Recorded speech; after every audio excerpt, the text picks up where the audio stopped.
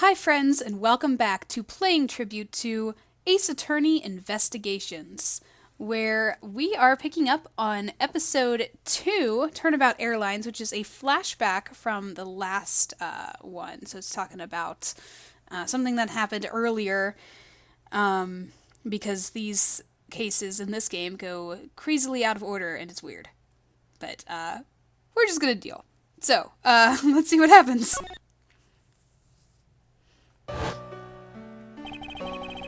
The murder that occurred in my office. The return of the great thief Yatagarasu. Thinking back, everything began on that fateful day, 2 days ago. Yeah, see, that.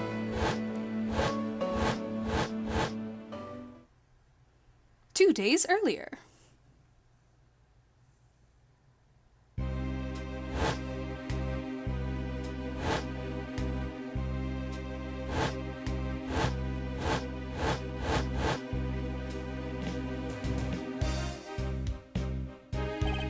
Yes, everything began high up in the air, 9,000 feet in the air to be precise. I love the music. Thank you for flying iFly Airlines. We are currently experiencing some slight turbulence. We are asking all passengers to please return to their seats and fasten their seatbelts.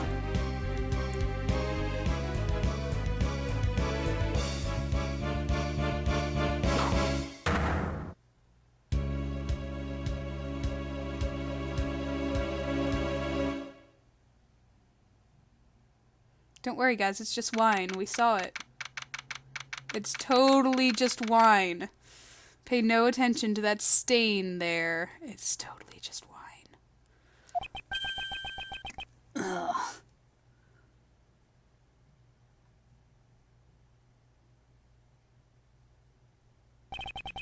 Why do I feel like I just woke up from a horrible nightmare? 6:13, huh? Guess I was out cold for about 10 minutes. Slight turbulence indeed. Ladies and gentlemen, we are currently experiencing some slight turbulence. For your safety, we ask that you return to your seats and fasten your seatbelts. I don't know why it's so slow. I suppose turbulence is to be expected on a flight, though admittedly I'm less than comfortable with anything resembling earthquakes. Ew. What's this? A travel wallet? But it's not mine. How did someone else's travel wallet wind up in my pocket? Ugh, my head. Why won't this headache go away? I'll take care of this travel wallet later, or hand it off to an attendant. Ugh, from earthquake-like turbulence to an elevator. Oh man, we're in Edgeworth's nightmare right now. Are you sure you're not still asleep? That's right, deep breathing, buddy. What am I doing hesitating like this? Actually, I know full well why I hesitated. It was when I was still but a young child. I was caught up in a murder that happened in an elevator. But how long am I going to let my past haunt me? It's just an elevator. I'm a grown man now. I need to behave like one.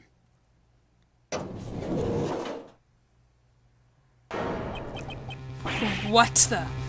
Well, that's not helpful for the traumatic experiences in elevators. What in the world happened?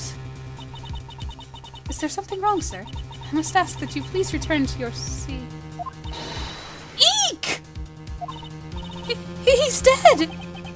Please calm down. We mustn't jump to conclusions without all the facts. What's wrong? Did something happen? You murderer! No, you have it all wrong. It wasn't me.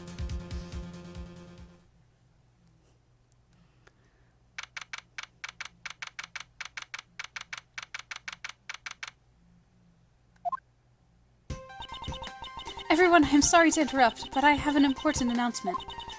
I'm one of your flight attendants today, Rhoda Tenero. Rhoda Tenero. I was wondering if there was like a pun to her name that I was pronouncing incorrectly, but I think I'm okay. Unfortunately, we have just had a minor accident on this flight. An accident? Don't treat us like we're stupid. I caught a glimpse and it was a murder. What? Murder? What's going on with this flight? Everyone, please calm down. There's no reason to panic. This flight will stay on course and make its scheduled landing. We are still currently in the middle of a rough patch of turbulence. So until we are out of this area of turbulence, I ask that you please remain seated. But someone was killed, right? I mean, what about the killer? Let me off! Please, there is no need to feel threatened. We have already apprehended the culprit.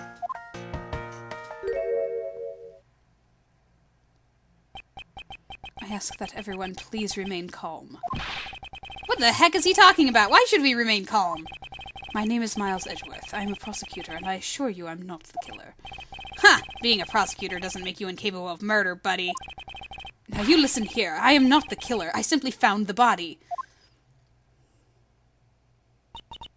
So you say. However, I'm sure that you are the perpetrator of this crime.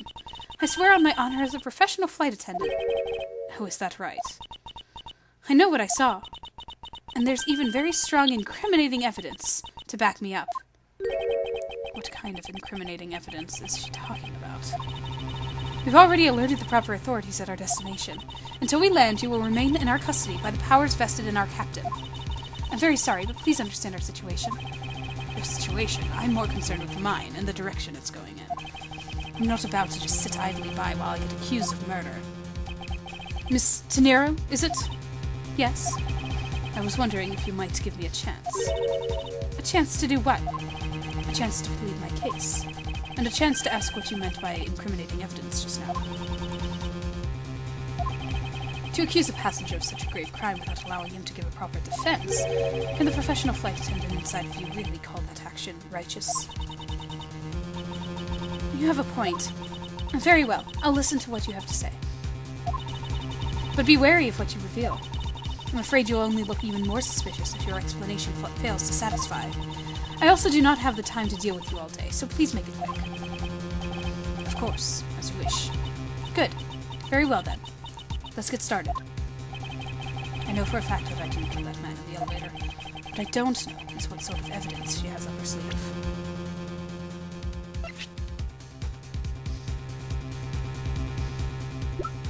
We got some evidence here, speaking of.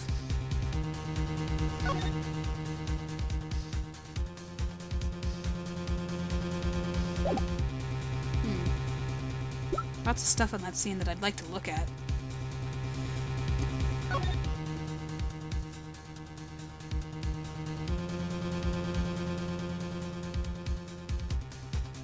Okay.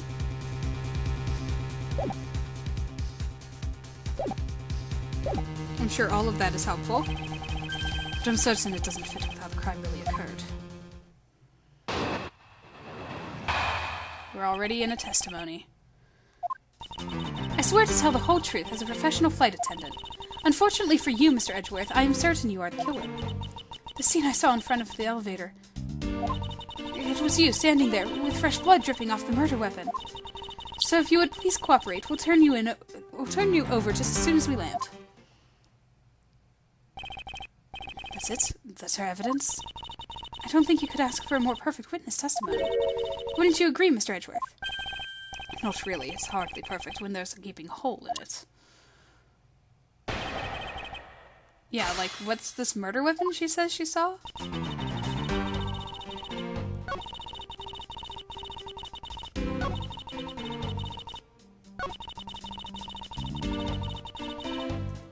Hold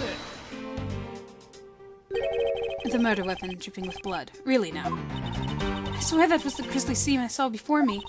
Thank goodness it wasn't a passenger who saw her. There'd be widespread panic by now. As I recall, you were quite panicked yourself at the time. Excuse me? You were scared enough to misread the situation and accuse me of murder. Nonsense! Professional flight attendants cannot afford to be that flustered. I witnessed the murder scene, and I'm now listening to your defense. All with a smile. Apparently, you also lie with a smile on your face.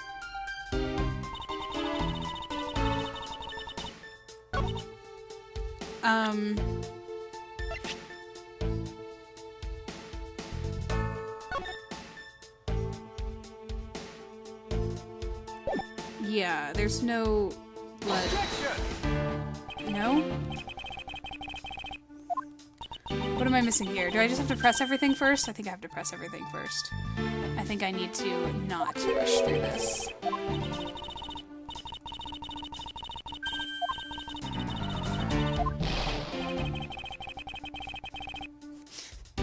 that you have no answer to my question.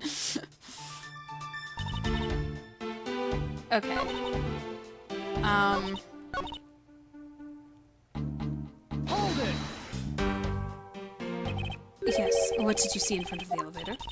That's what I was just about to tell you, Mr. Edgeworth. Framed by the elevator doors and bathed in the light coming from within. You standing there, okay.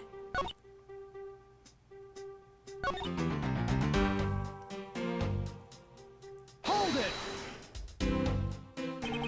Tell me, what exactly puts the pro in professional flight attendant for you? Well, it means we are very professional about how we take care of our passengers. Services like fetching papers and responding to calls are done with speed and accuracy. I can assure you that I give testimony to the same level of professionalism, but I'm sure you have already realized that by now, right? It's a bit hard to appreciate your professionalism when I'm the one under suspicion. And there you have it. My professional testimony is accurate and reliable. Hold it! You certainly seem sure of yourself. Of course, a professional flight attendant can't afford to make mistakes after all. Perhaps, but you must admit there are few who can look at the murder with a clear mind. We attendants all go through extensive training and are always calm and collected. We'll even calmly serve you coffee, if you so wish, as the plane makes a splashdown. I fail to see how that would be the calm and rational thing to do in an emergency. Even until the bitter end, we are there to serve the passengers. That is the duty of all professional flight attendants. You certainly are confident. Anyway, shall we return to your testimony?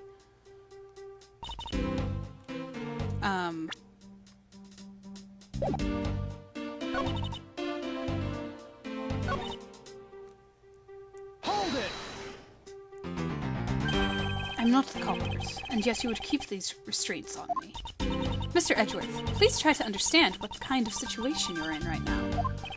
And what exactly is my situation? I have the backing of a captain to keep you bound in this way. We are within our legal right to restrain anyone who might threaten our captain mid-flight. In essence, you're in the same situation as someone who has been arrested by the police.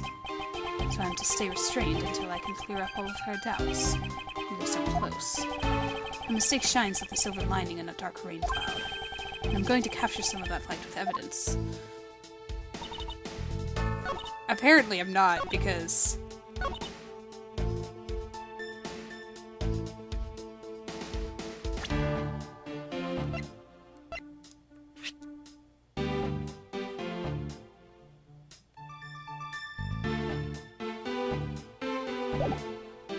Is it because the body was inside the elevator? Objection! No. What am I... So I took a little bit of a break in between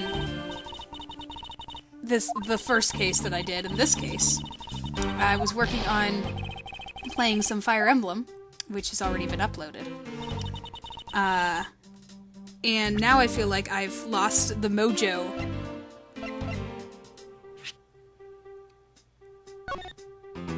that I had.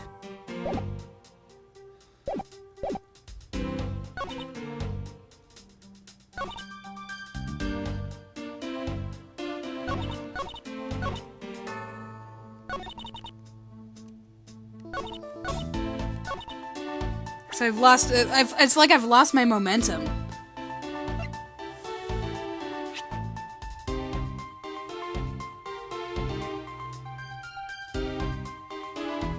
That was in front of the elevator. Oh, maybe that's what it is. Because it wasn't the murder weapon, it was the wallet that had the quote-unquote blood dripping off of it. Oh, okay. Alright, let's, we're getting back into things. We're getting back into it. Mrs. Tenero. Ms. Tenero. What is with the yelling all of a sudden? Force of habit. Well, it doesn't matter. Miss Tenero, you say you saw the murder weapon dripping with blood. Is that correct? So again, she didn't see the murder weapon. That was my original thought.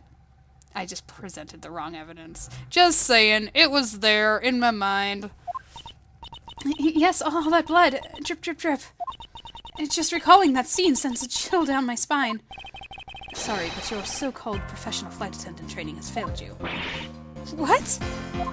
I'd like to direct your attention to this. Do you know what this is? It's a travel wallet, right? But it looks a little big and bulky. The thing you saw me holding when I discovered the dead body in the elevator was this very travel wallet, Miss De Niro. What? Impossible! Now then, do you still think I am the killer? That I killed him with a travel wallet? No, but I saw blood dripping from the wallet. I know I did. As you can see, this wallet is clearly stained. But if you would be so kind as to take a whiff, I think you'd agree that it's only grape juice. Oh, then... That's right. You mistook grape juice for blood. The murder weapon dripping with blood does not, in fact, exist. No! There, that should clear up the pesky accusation. Oh, wait just a sec. That is... I mean, even a wallet could be deadly if it was wrapped around something heavy. I demand that you show me what's inside, please. She's trembling, and tacked on please at the end. Sounds like I've got her. There's no need to look inside. Even you can tell from its appearance that it's light. No, I can't be sure of anything until I see the contents of that wallet for myself. She's a persistent one. I suppose we should have no choice but to see what's inside. Miss De Niro, if you would be so kind as to open the wallet and check its contents for me. All right. I usually don't pry into passengers' belongings, but we have no choice here.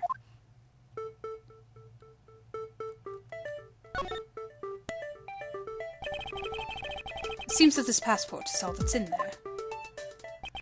As you saw, there's nothing but a passport inside. This renders your wallet with the murder weapon argument moot. Wouldn't you agree? Please hear me out, Mr. Edgeworth. What is it now? Well, I was wondering, whose passport is it exactly? Can I take a look? Why not? I'm rather curious myself. This is... just as I thought. This travel wallet belonged to Mr. Ockby Hicks, which makes it the victim's property.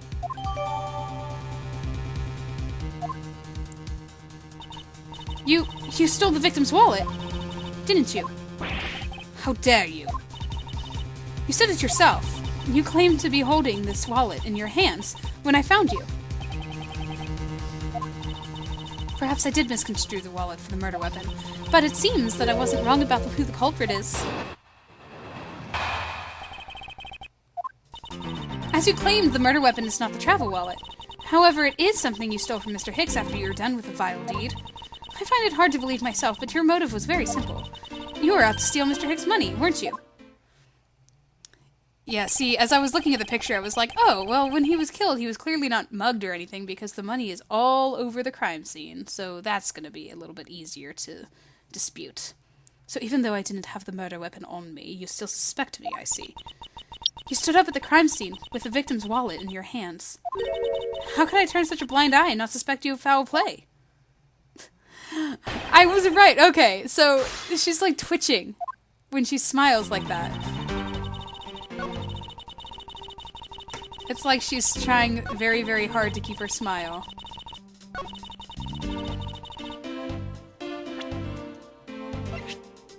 Objection! I wonder if I might get a word in, Miss De Niro. What is it now? Miss De Niro, I wonder if you noticed the contradiction within your own testimony. What are you talking about? It's simply impossible that the motive for this murder was monetary theft. One glance at the crime scene should have told you that. The fact that there's money all over the ground. Take that! If I may direct your attention to the things strewn all over the floor. Ah! That's right. The floor is covered in bills and coinage. By your rationale, these were the very things the killer was after. Aha! I think we can assume that the wallet fell during the victim's struggle with the killer. And I would think that the killer would have noticed something like money scattering everywhere. Furthermore, as you can see, there was no effort made by the killer to gather the money. But the wallet! Objection! Ah, yes, the wallet. You will also recall that the only thing in it was Mr. Hicks' passport. If you are really insisting that it was a crime based on greed, and you're claiming that it was all for an empty travel wallet, Forgive me! Please! Good, can you get these handcuffs off now? Hey, what the heck? Are you saying that attendant's wrong? So that guy isn't the killer? I don't believe it. Everyone, it's a trick. Will you all please be quiet? Miss Tenero. Yes? You lost your cool when you saw the dead body.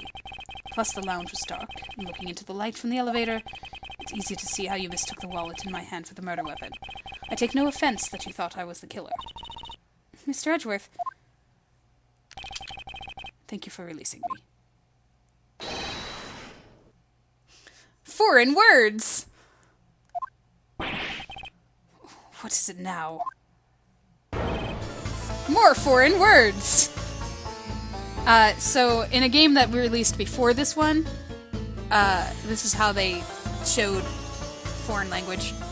And I believe it was also the same language. It was Borginian or whatever. So maybe the fact that I am playing out of order of release kind of takes away from that. But I mean, it's implied. I don't even think it's actually explained. Like, I don't have to explain it. It's very, I don't know, it's clear that it's, you know, you're not supposed to be able to understand him. Miss Tenero, if you could please translate, I'd be much obliged. It sounds like Virginian, but I don't understand any of it. There's another attendant on this flight who... I said that he is giving the runabout. I don't require an interpreter. I speak English just well, see? You, the attendant. Yes, sir. I want this person to be under the arrest until we arrive at the airport.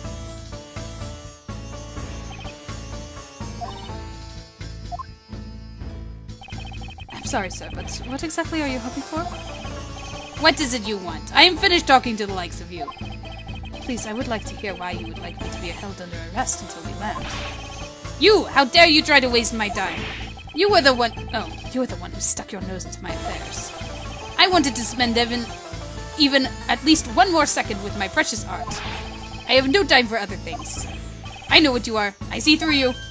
Insolvent. Yes, I am pretty sure that is how you say it in English. Well, I hope that I don't dissolve in water, but I don't think that's what you meant. I'm sorry, but I don't think I caught your name. I am Zinc LeBlanc II, and I am a very wealthy man in the Virginia.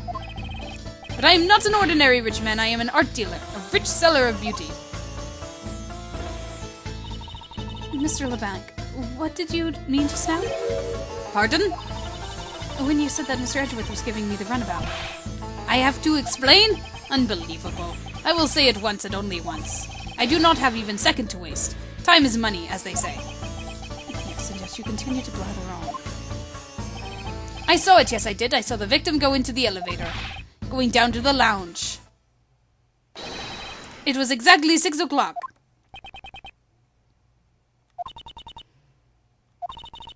And what is the significance of that time? At 6, he says. Wait, you saw him at 6? Oh, what's the matter, Mr. Edgeworth? He understands, I see. Miss Attendant, what time did you discover the body? It was a little after that patch of turbulence, so I would say around 6:15. Ha! Hicks was his name, was it? And I say that man Hicks was killed in the 15-minute time span. And the only person in the lounge at that time was this prosecutor, yes? Yeah, I was in my seat the whole time. Me too. I was watching the movie and enjoying a fine glass of grape juice. I was still eating. Still haven't finished, see? The other passengers have an alibi, so you have no problem with them, I suppose? No complaint, I see. Not a single word against this, right? I have no way of discounting what you have put forth at this point, but it wasn't me. Oh, so you say, but you do have what you say. The evidence? Mr. Edgeworth, are you really the culprit after all? Mr. LeBlanc, I suppose you are quite certain in what you saw, enough to give testimony?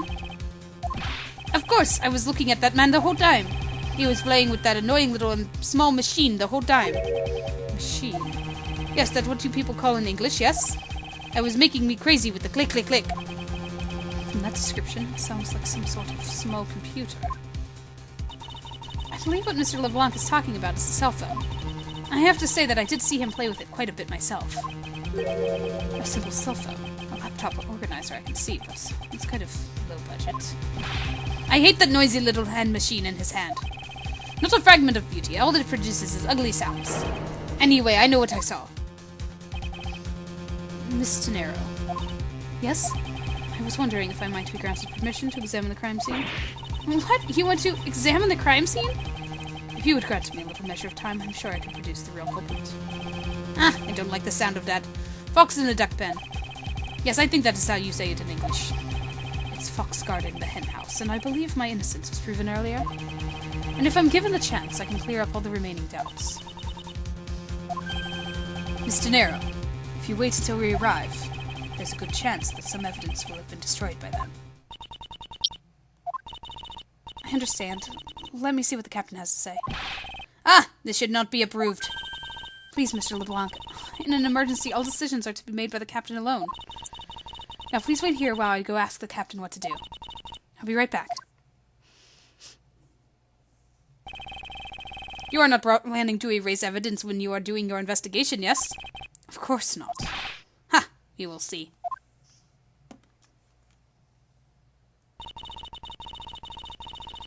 Mr. Edgeworth, you have the captain's permission to investigate the crime scene.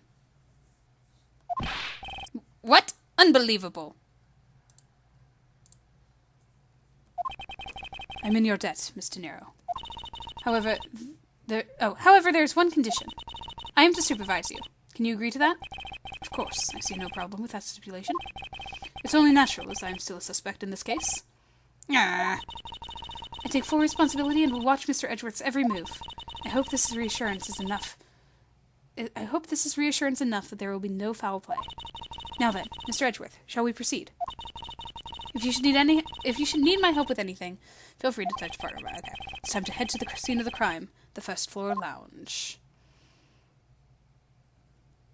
That direction, apparently. Off we go.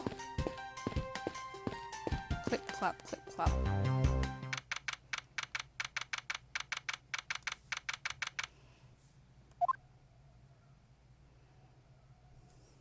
What a mess.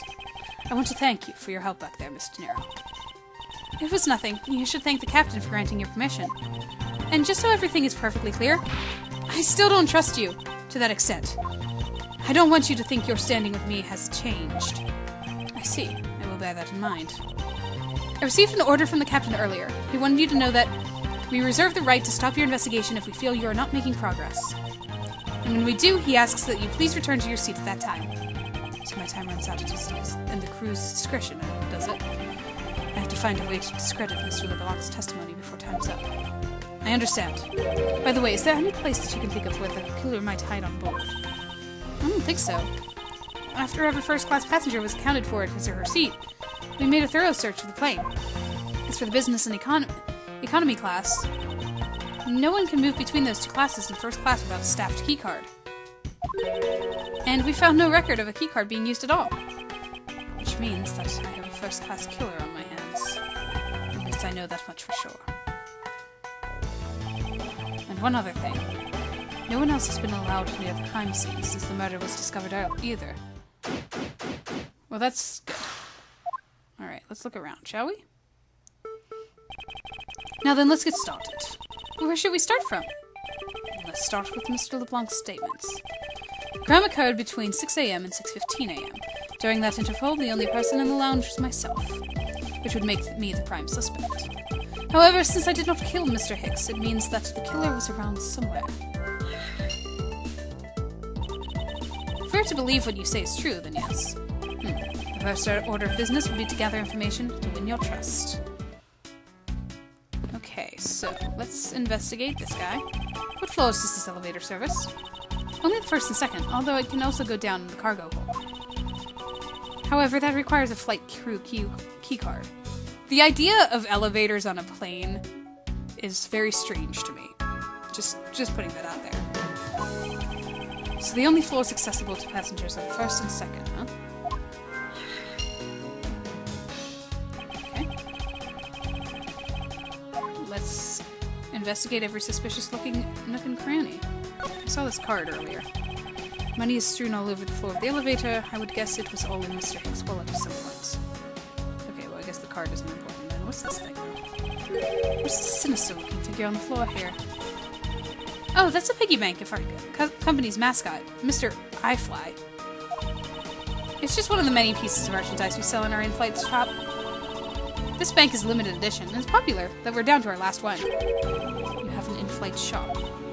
Yes, it's just beyond the lounge to the right. The shutter to the store is closed at the moment. But it was open the whole flight up until Mr. Hicks' body was discovered. There's blood on here. Could it have been a murder weapon?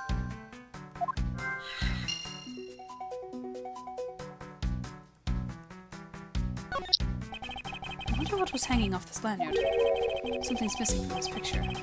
If I could just put my finger on it. There's something sticking out of this pocket. Maybe you won't mind if I take a look at what's inside. It's a picture. Looks like it was taken inside a building somewhere. Alright, so that's what's missing. His cell phone. His cell phone is missing. I doubt anyone was expecting to find a dead body in an elevator on this flight. So Mr. Hicks, he's really dead? Yes. He's trembling, although I can't fault him for that. When there's a corpse right there. Mr. Hicks, if you're really dead, then please answer yes. I see she's over trembling now, although a new symptom seems to have appeared. Anyway, I should focus on the victim's body. Let's see. There's blood on the back of Mr. Hicks' head. Could this be the cause of death? He appears to have been struck very hard. Okay, good. I got some logic that'll come together very nice. And his glasses are broken. That's interesting. Okay, now this is not helping me. I just thought his hand was weird. There. Okay, and this is probably going to be like, oh, there's money strewn about the floor. Yeah, okay. So let's deduce that cell phone, shall we?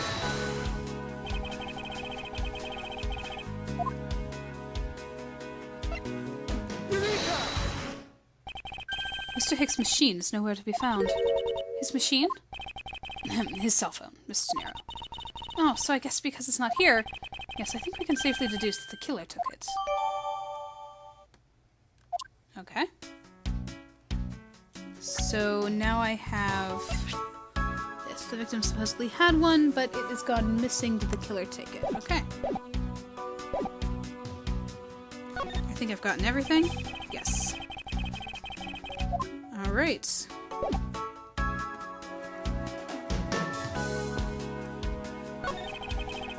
Glasses and candles thrown into disarray by the turbulence. It's been a while since I've seen this big of a mess. It's terribly embarrassing, but I thought it was an earthquake for a second. And I frantically started searching for gas valves to shut off. I guess the shaking of the plane was bad enough to be mistaken for a real earthquake. Not that I would know, since I was unconscious for most of it. Is there something there? Yeah. There's some spilled grape juice in front of the elevator. I assume it was spilled during the turbulence. And we must clean that up or someone might get hurt. Aha! What is it, Mr. Edgeworth? I found some very important evidence. What is the important piece of evidence in the scene? The footprints leading away from the scene of the crime. Take that! Take that. What is it? They're a little smudged, but I think we can both agree that they are a set of footprints. So you think... Yes, these belong to our killer. Then maybe we should check some shoe sizes of everyone in first class. I don't think that will be of any help to us. Unfortunately, the prints are too smudged, which will make it hard to get a definitive match. Oh, I see. Oh, she looks so sad. Alright. We've got a lot of information here. What or who is this? This is a bronze statue of the founder of iFly Airlines, Mr. Hugo iFly. The one on the left is when he was in his 40s, and the other one of his is in his 80s. Did the man actually age in the span of 4 decades? Maybe I need to squint more.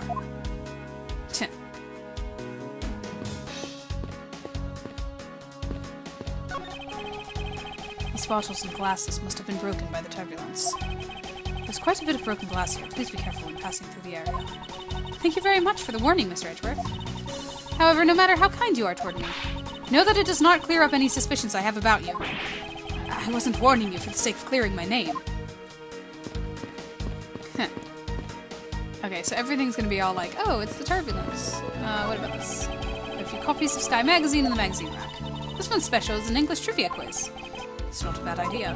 I've heard that the youth of today don't know a particle from a participle. I wonder how that translated from Japanese. Oh, now, please don't go around confusing people with made-up words, Mr. Edgeworth. Who's ever heard of such a silly word as participle? Case in points. Okay, I think it's time to logic some things out. So, we have the murder weapon, and we have blunt force trauma.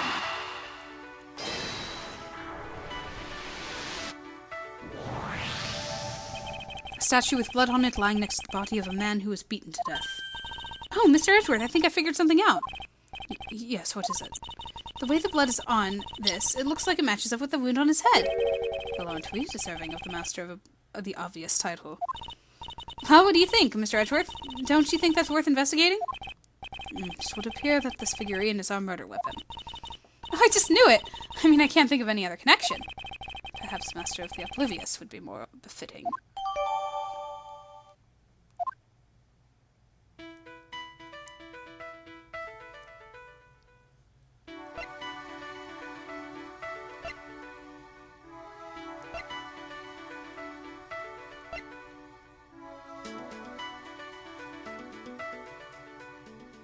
Where he could have been before the murder or after? Well, he did... Because he scurried off after the murder. Let me see if these connect. No, they do not.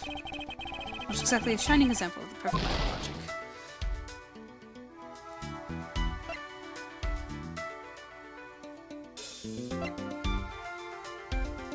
Oh, unless they're saying, oh, it connects those floors, so the killer might have been in the second floor. There we go. True, there wasn't anyone else in the lounge other than myself right before the turbulence. But if the killer was in the elevator along with the victim, then that's a different story. Can I prove that he rode the elevator with Hicks? Can I prove that he rode the elevator with Hicks? Not with spilled grape juice, surely. But I must be able to, because it's not letting me... It's not saying, hey, you're done. So maybe it is. Also, let me look at the piggy bank.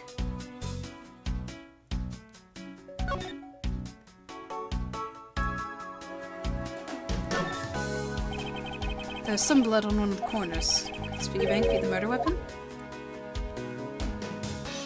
He's so cute! He's so cute. It says I fly airlines. You know, I've seen it occur a lot recently, and it's been bothering me greatly. But why does nobody know how to properly capitalize on space nouns anymore? Oh, Edgeworth. Okay, I'm gonna give it a shot. Might as well. What's the worst that could happen?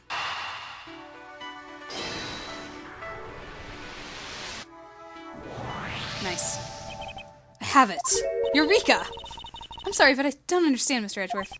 I can prove that someone other than myself was here around the time of the murder. Really? Yes, it's rather simple, actually. The proof is in the pudding, or rather, the grape juice on this case. These footsteps here confess to me the very fact that someone exited the elevator alive. Seeing as how the victim is dead, that would mean a second person. But couldn't the footprints be from Mr. Hicks himself? Ah, but if you take a look at our victim's shoes, you can see the soles are spotless. Which means... Mr. Hicks wasn't alone in the elevator. In fact, it's quite the opposite. There was actually one other person inside the elevator. There we go. Investigation complete. Yes! Healing! Love it. Great. Good stuff. What's going on over there? Before I see, let's do this. Spilled during the turbulence. Looks like footprints and something being dragged. Something being dragged. Oh, it does! I see it. Those two lines there. Like tracks, like track marks, like tire marks or something, or wheel marks or something.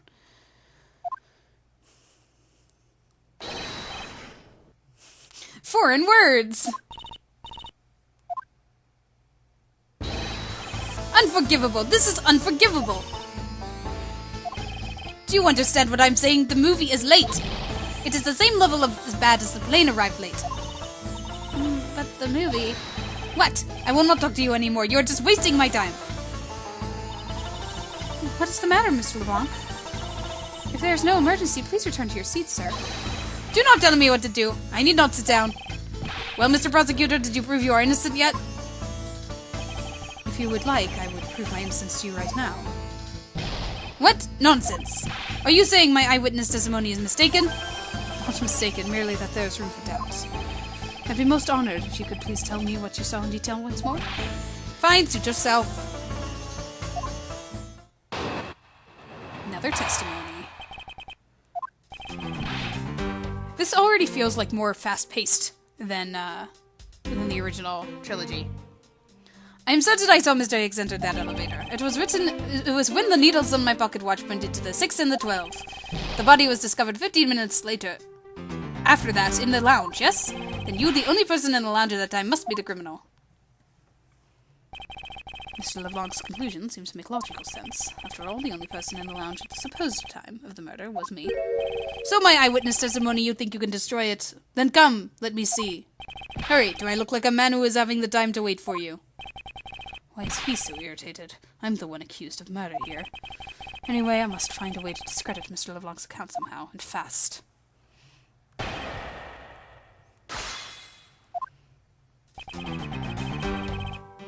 Okay. I'm just gonna press things until I get a shot in here. Mr. LeBlanc, were you able to get a good look at the inside of the elevator at that time? Of course I saw I was inside. And you are sure that the victim was in the elevator alone? Yes! The only person inside was that Mr. Higgs man.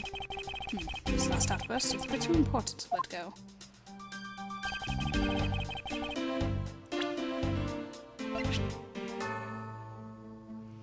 I have evidence to the contrary. Hold it! Was he really alone? Of course! I bet even 1 cent! Cheap ante for a cheap testimony. But if that's how you want to play it, I'll happily take your 1 cent.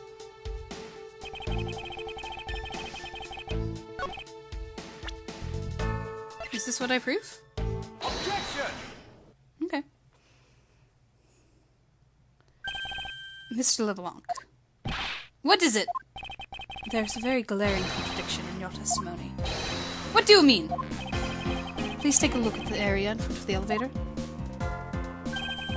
There, at the spilled grape juice. Yes, and? Will you admit you also spilled it with the blood? No, it spilled itself during the turbulence. But the interesting thing here is the set of grape juice footprints. Footprints? Yes, the ones that lead from within the elevator out onto the lounge itself. It's evidence that proves that someone other than Mr. Higgs exited the elevator alive. Oh. There must have been another person in the elevator with Mr. Higgs. Now then, I'm done playing games. Why don't you tell us the truth? Foreign words! Can you please translate for us? No way, that's totally impossible, I guess is what he said. No way, that is totally impossible! I know there was no other person in there. I saw with my own eyes. If you want to know what I think, Mr. Edgeworth, I don't think Mr. LeBlanc is lying to us. I suppose she's right. It doesn't seem to be lying. But then what does it mean? What about this contradiction? Mr. LeBlanc, please, just one more. Will you recall the details of what you witnessed for me?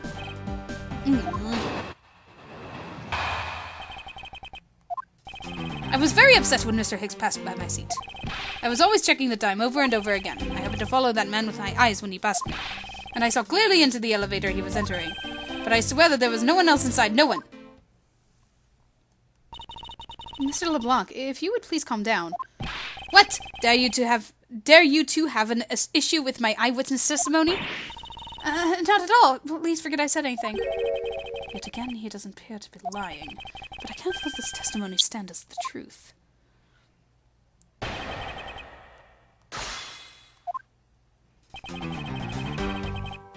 Why were you upset? So, are you still upset now? I am always upset! The only time I am not is when I have a piece of art in my hands. was surprisingly easy to believe that about him. But I was even more upset when Mr. Hicks walked by me. Why? Why were you upset? Hold it! Why were you so attentive to the time? Because something unforgivable was happening. Come to think of it, you were yelling about something unforgivable earlier. I was giving up a complaint to the attendant about the movie starting time. Return me back to me my time in money. You understand the point? Is he talking about the in-flight one that's mentioned in the magazine? A summary of the plot and the start time. Interesting. They were supposed to show License to Love, Laugh, Maim, and Murder. I cannot see that movie in my country. You can only see it on international flights. I look forward greatly to that movie. I check my pocket watch whenever possible so I would not miss it. I even set my pocket watch to the destination time when I came aboard. So my watch is not wrong. I matched the schedule. But the movie was still late. Very, very late. Your pocket watch. I'd like to ask you a little more about that, if it's alright.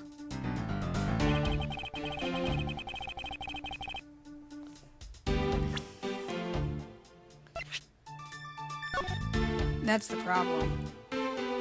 In the departure time zone, not the arrival time zone, not the destination time zone. Hold it! So this movie you mentioned is the one listed in the Sky magazine? Yes! I was so looking forward to watching License to Love, Laugh, Maim, and Murder. Ms. Tenera, was the movie shown on this flight? Yes, it was shown at the scheduled time. Isn't it possible you simply slept through it by accident? Nonsense! You doubt me? No, now stop pointing at me like that. Oh, how did he miss a movie that he was clearly hoping to see? I checked my pocket watch a great number of times. That much I know for sure. There it is. Destination's time. So that is the problem. Objection!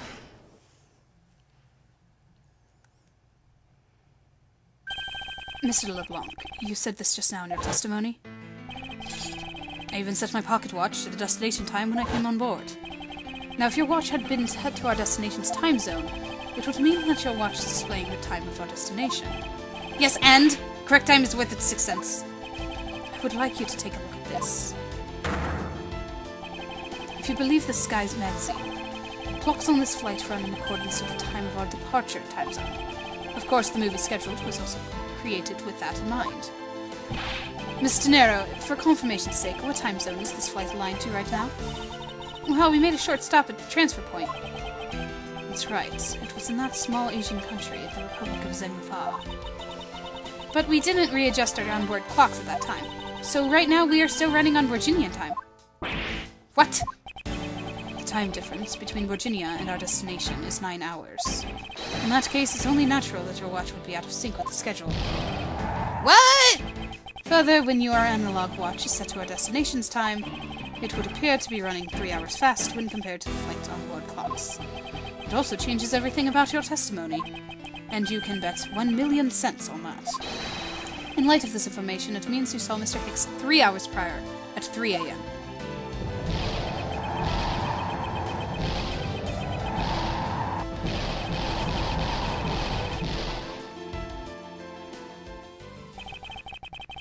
This should clear up all of the remaining accusations. So this is basically widens the time frame for the time of death, right? Yes, because Mr. LeBlanc saw the victim enter the elevator at 3 a.m. It means that the time of death could be anywhere from 3 to 6:15. The question now is where Mr. Hicks during that span of time, and what was he doing? I've got something to say. And you are... Yeah, oh. I'm Cammy Meal. I'm a flight attendant. Chamomile. And what is it you wish to say? Well, I think your story is a little different from how I remember it. What do you mean, Cammy? I saw Mr. Hicks sitting in his seat at 5 a.m., you know. What? How can you be so sure of the time? Oh, that's right. He pushed his call button while we were parked in the transfer point. Oh, the stop we made for refueling and cargo transfer in Zhengfa, correct? The flight will be making a brief stop. Fuel, transfer cargo, between 4 and 5 a.m. Ask that all passengers remain on board at that time. Thank you for cooperation. Okay. Yes, it was from 4 to 5 a.m. according to our clocks.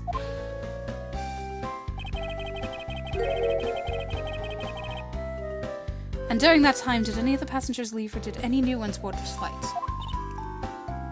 No. Not a single person got off or on in Zhengfa. Wow, so sorry. What about the flight crew? The few who were handling the cargo transfer might have temporarily gotten on or off. But eventually everyone, including Cammy and myself, came back on the plane. Look at that smile! That is such a weird smile. It is a freaky smile. I guess that's the forced flight attendant smile. Maybe she's been doing it for longer, and so it's like even more and more forced than Tenero's. So basically, I can assume there's no one left or Canton since our initial takeoff. Interesting, I should keep that in mind. Jot down that info. Let's see.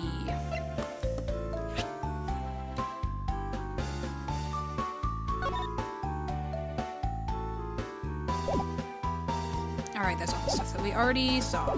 Oh. Yeah, and I answered his call. I can tell you Mr. Ackley Hicks was there in his seat when we took off again at 5 a.m. Alright.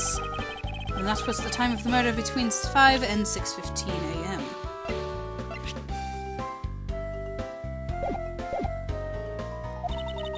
Okay, now what time did you come down to the lounge, Mr. Edgeworth? I remember coming down here almost as soon as we left the Republic of Zenfar. Ah! You were here the whole time from 5, yes? Then you are the only one who could be the killer. Mr. Edgeworth, were you really here in this lounge the entire time from 5 a.m. onwards? Unfortunately, yes. But then, how do we explain the footprints? Is not that obvious? This man waited for Mr. Hicks here in the lounge, waited to kill him, and then he put the corpse in the elevator. This is when the turbulence happened. My eyewitness testimony may have been mistaken, but what time I saw Mr. Hicks enter the elevator on the second floor does not matter, because the entire incident concluded here in this lounge. Everything happened in this lounge. Is that what you really believe, Mr. LeBlanc? Well, do you have another idea? I simply feel that there is something out of place in the scenario you presented. The lack of blood? Can something tie this crime to a location other than the lounge?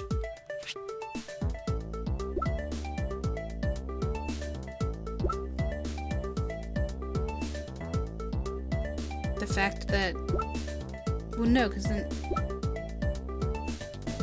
The elevator?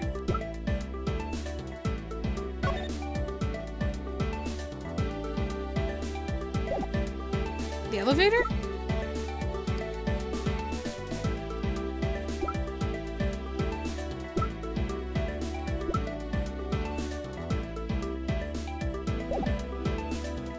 I think it's this because it was in the elevator, so it could have been anywhere.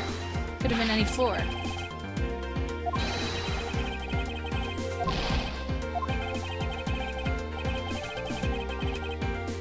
It was a simple slip of the hand, I assure you.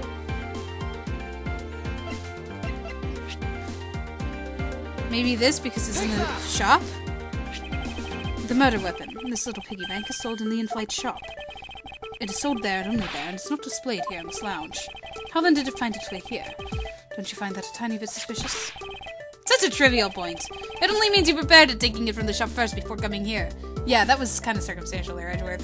That's why I didn't present it to begin with. It's like, well, maybe the killer just had it. It doesn't prove you are innocent at all. There's no way to win with this man. If I may. What is it? You see... Oh, that's just what Mr. Edgeworth says. Oh, and why do you know this so well? Oh, well, it's just that... That piggy bank was there in the shop. I saw it with my own eyes. And when was this? It was maybe around 5:40 a.m.? Isn't that just before we hit the patch of turbulence? That's right. You were in the shop just before the turbulence. Yes, I was. Come to think of it. Mr. Nero, when I found the body, I believe you came out of that door. Yes, I did. And what is beyond that door? That's the flight attendant's room. You were on the first floor? Yes. I had to do something at the shop in the flight attendant's room. So I went to the shop first, and then to the flight attendant's room. Are you saying you passed by me at some point? Yes, you seemed really into the issue of Sky magazine you were reading at the time.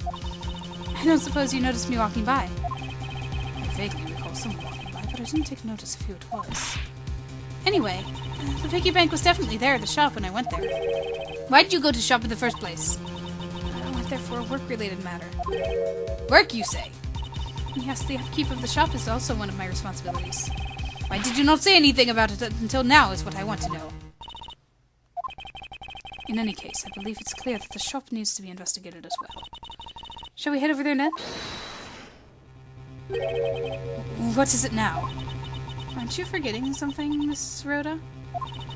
Don't you need the captain's permission to check the shop? No, I haven't forgotten. But I have already asked him for permission to search the entire plane. So I think we're all right. Oh, that's weird. What is? Well, I just talked to the captain, see? And he said that he didn't give you permission to do anything like that at all. What is the meaning of this, Miss De Niro? It means she's lying. Go on, admit that you are.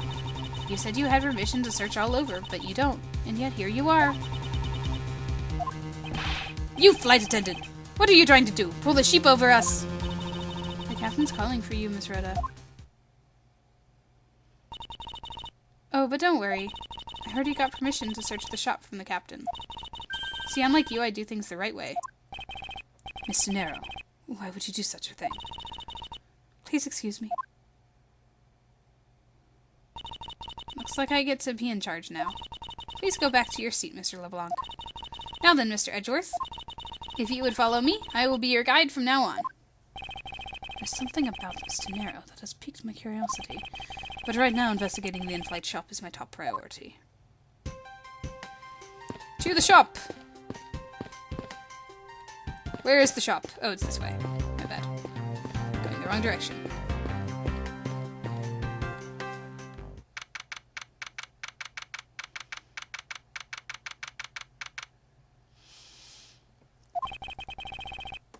So this is the in-flight shop. It's quite a mess in here. You think? Guess I'll have to clean things up then. Teehee? Hold on. You can't clean up a potential crime scene. Oh, thank goodness. I hate cleaning so much. I mustn't rush things here. I must remain cool, calm, and collected. Because this piggy bank was left at the crime scene.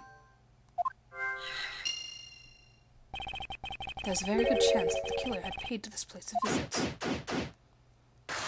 Alright. It is a little bit more fast-paced because I have multiple investigations in one chapter.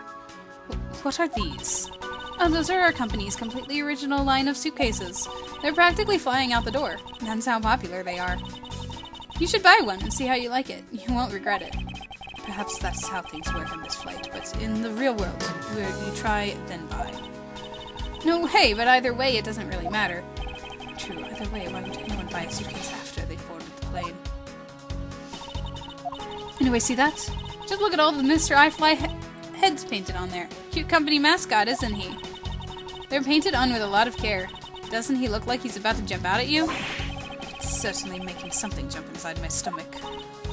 I guess there's no fooling with your refined tastes. You look like you really wanted to get one. And I thought I was going to finally make my first sale, but you saw right through it. Glad that's done, though. Never make me try to give you a sales pitch ever again, okay? But I never showed any interest in it to begin with. It really is pretty horrible, isn't it? You want to know something? This suitcase was designed by Ms. Rhoda. Miss De Niro designed this. Yeah, it was a company-wide contest. Well, it does have a very sharp design sense. Sharp? Like stinky sharp cheddar, maybe. I really have no idea why the bigwigs decided to go with it. It's so bleh. Miss De Niro designed this, did she? It's definitely not what I would have expected. What in the world? You okay? I'm fine. Please watch yourself, Miss Meal. Letting a suitcase freely roll around has got to be a safety violation.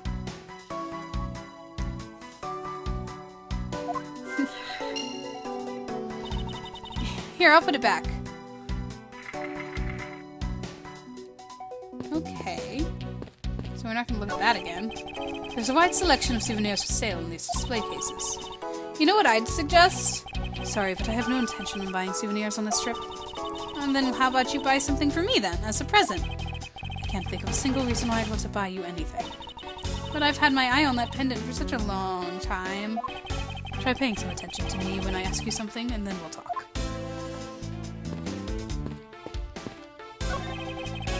Inside this display case is a row of lifesavers and life vests for sale. We sell a lot of those when there's some kind of accident or something. But some people buy them even when nothing's going on. How about it, Mr. Edgeworth? Care to buy one? I sense that this shop is one shopper away from being sued. Nothing about the glass, really? The glass from this display case's door is shattered all over the floor. It looks like there's nothing on display inside either. But actually, I think there is something. What's this? A mini captain's hat. I swear I've seen one of these before. There are all kinds of luxury name-brand merchandise for sale in this display case. And they're lined up in such a manner as to scream, "Buy me!" to any passers-by.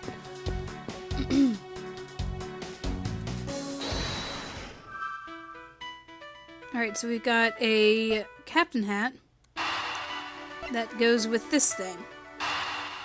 Because if you see Ms. Meal's little stuffed animal.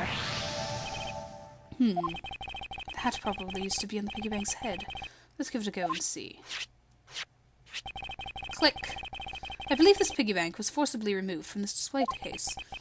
Does this mean that the killer broke the glass to get at it? Or did it fly through the glass during the turbulence? Really?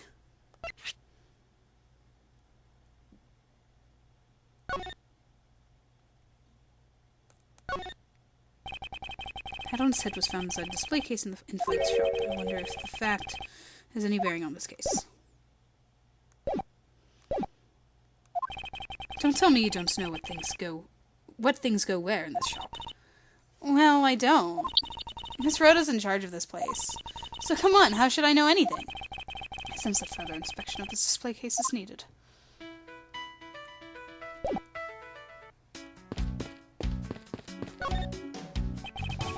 I won't rest until I inspected every single suspicious nook and cranny. Here's a nice journal. Glass on the store is broken. Perhaps it was the killer who broke it in order to take the piggy bank. It's a bit odd that the inside of the case is so devoid of glass shards. Plus the glass broke rather cleanly. Aha! What is it? I touched the glass and I cut my finger. It hurts, Mr. Edgeworth, it hurts!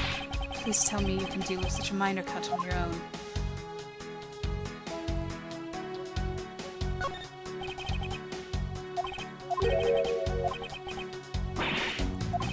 She touched it again. This is why you shouldn't examine things more than once. For security, there's a lock on this display case. Miss Mila, if I may ask you about this lock. The one who's in charge of the shop is Miss Rhoda, so she's got the keys to all the display cases. I see. Oh, I bet you want to buy something. Do you want me to go get the key from her? No, that's all right.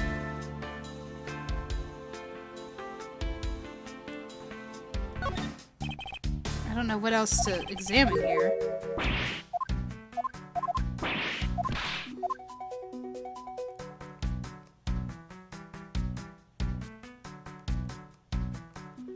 It wants me to deduce something.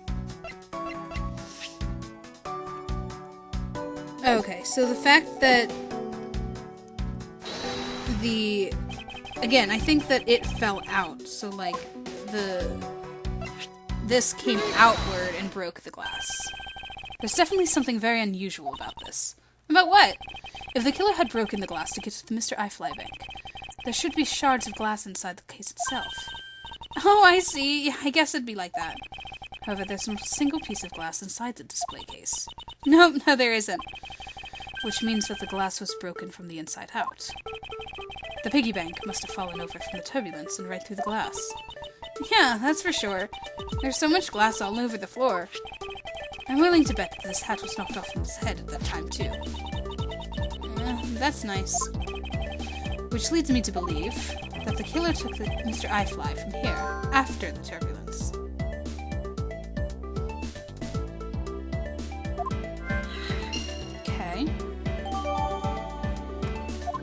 sedated. She is asleep. She looks like that, hairy monster thing. Okay, taken after the turbulence. Got it. Okay. Take your power naps on your own time, Miss Meal, and listen to when I'm talking. What? But the murder occurred before the turbulence, which rules this piggy bank out as the murder weapon. So you mean the bank's not the real murder weapon? It's a fake? Yes, at this point, that is a very real possibility. The murder happened after the turbulence? Right, because... Wait, no. Wait. Murder happened after the turbulence. Do we know that? Okay. But what if when the killer went to take Mr. Eyefly, they broke the glass by accident?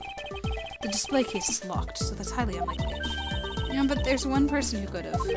Oh, and who would that be? Miss Rhoda, of course. I mean, she's the one in charge of this place, so she has the keys to everything. Miss Rhoda Tenero, huh?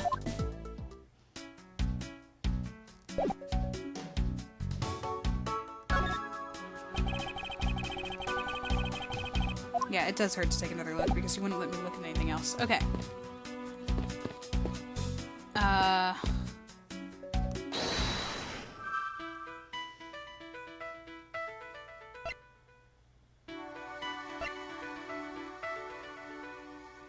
So these are both talking about the turbulence.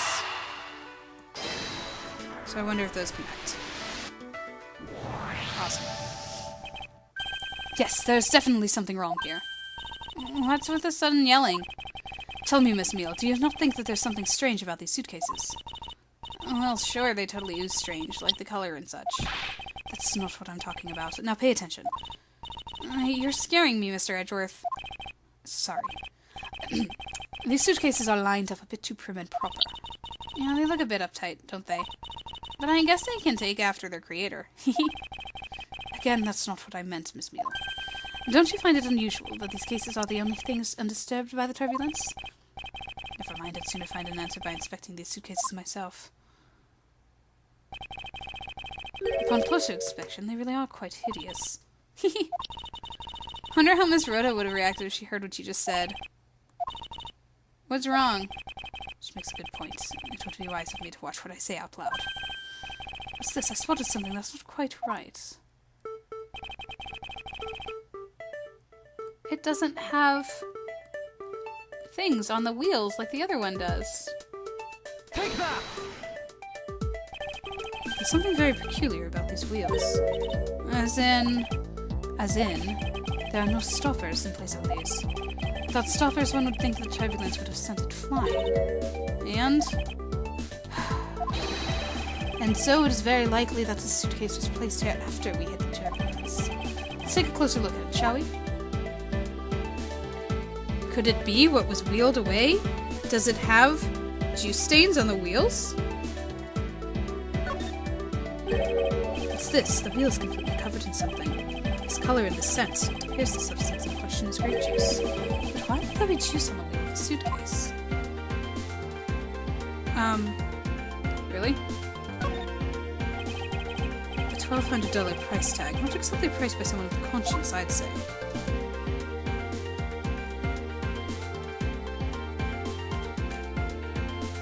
Open it? Can I open it? Let's open it. It would appear to be unlocked. Let's take a look at what's inside. A piece of cloth. And it's soaked with blood. It's blood!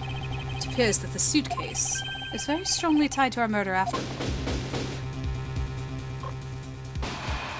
Oh, I like the heels after each investigation. That's nice. So explain this to me. What does the suitcase have to do with the murder? I believe it's pretty safe to say that the killer used the suitcase in some manner, such as to move something, perhaps.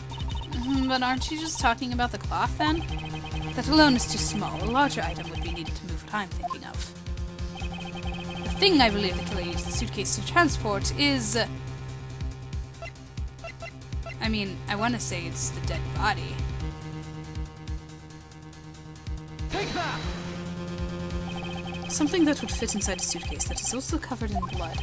Sounds like a dead body, doesn't it?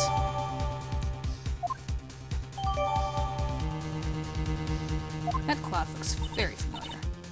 But...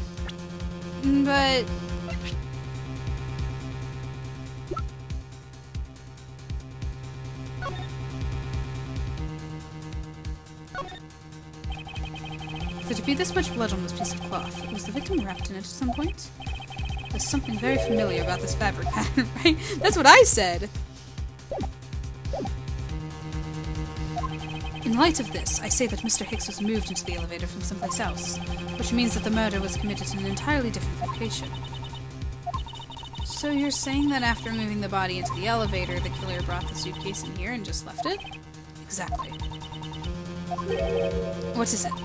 Nothing, just that I was thinking about what Miss Rhoda said about coming here for something.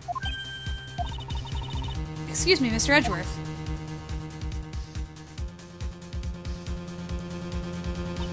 I wanted to give you a bit more time, but I'm afraid I wasn't able to convince the captain. I'm very sorry, Mr. Edgeworth, but the captain feels that he has allowed you ample time. He says that he'd appreciate it if you could wrap it up here and return to your seat. I understand his sentiments. However, if I'm not allowed to complete my investigation, the crime scene may become contaminated by the time we get land. If I must stop, then I insist on being allowed to oversee the preservation of the two sites. Under your supervision, of course. If that's your only condition, then I believe we can accommodate your wishes. I'm here to assist you in any way that I can, Mr. Edgeworth. Sounds like fun. We can camp out and watch everything together. I found proof that the real crime scene was not in the lounge, and I have enough evidence to prove myself to be innocent of any wrongdoing. And yet, regarding what Miss Muehlman reminded me about Miss Tenero, I can't allow my investigation to end here. The truth must come to light. And with that, the second case, which is actually before the first case, but not the first case, because I think that there's something even before. Oh, no, wait, it said it began 2 days ago, so I guess it's this one. Anyway, this case is off to a roaring start. We have been accused of murder. The assistant, or the person that became our assistant, but then a new assistant stepped in. This game is weird. It doesn't have a consistent assistant. Ha, that was fun. Alright, well, I'm not going to go for much longer here because it was a long start to this second case. So, tune in for next time when we see what's going on this flight. Talk to you guys then.